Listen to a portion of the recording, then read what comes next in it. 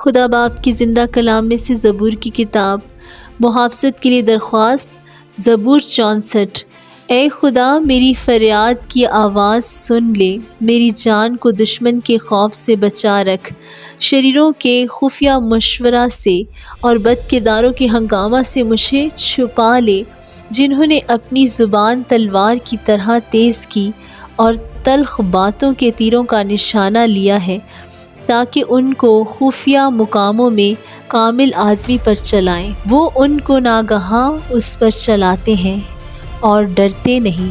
وہ برے کام کا مصمم ارادہ کرتے ہیں، وہ پھندے لگانے کی صلاح کرتے ہیں۔ وہ کہتے ہیں ہم کو کون دیکھے گا، وہ شرارتوں کو کھوج کھوج کر نکالتے ہیں۔ وہ کہتے ہیں ہم نے خوب کھوج لگایا۔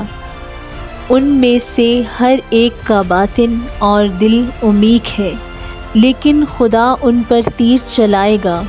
وہ ناگہاں تیر سے زخمی ہو جائیں گے اور انہی کی زبان ان کو تباہ کرے گی۔